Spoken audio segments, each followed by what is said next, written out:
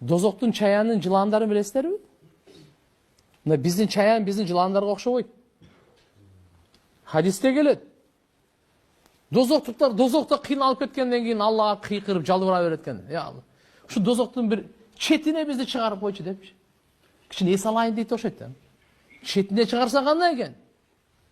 Четине чыгарса чаяндар, билесиң, чаян көргөнсүңөрбү? Мындай эле.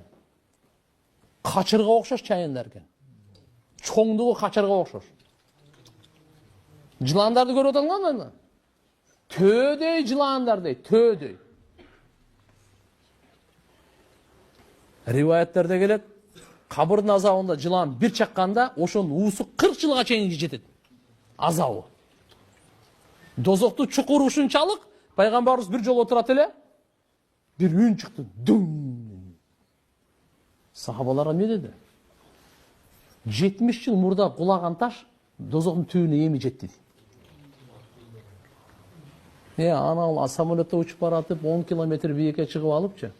Бир 5 килограмм таштай берген. Бир канча секунд эле учуп калат ал. Дозоктун чукуру.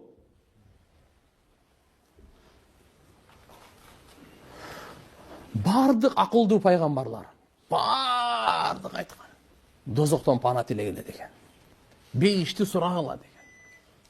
Пайгамбарыбыз айтат, Рамазан айда өзгөчө дозоктон пана тилегиле, көп сурагыла дозоктон пана тилегенди. Көп Алладан тилегиле.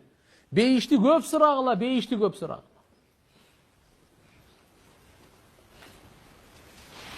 Алла субханаху ва таала бейишти да түбөлүк үчүн жараткан. Дозокту да түбөлүк үчүн жараткан. Бейиштин рахаты түбөлүктү, дозоктун азабы түбөлүктү.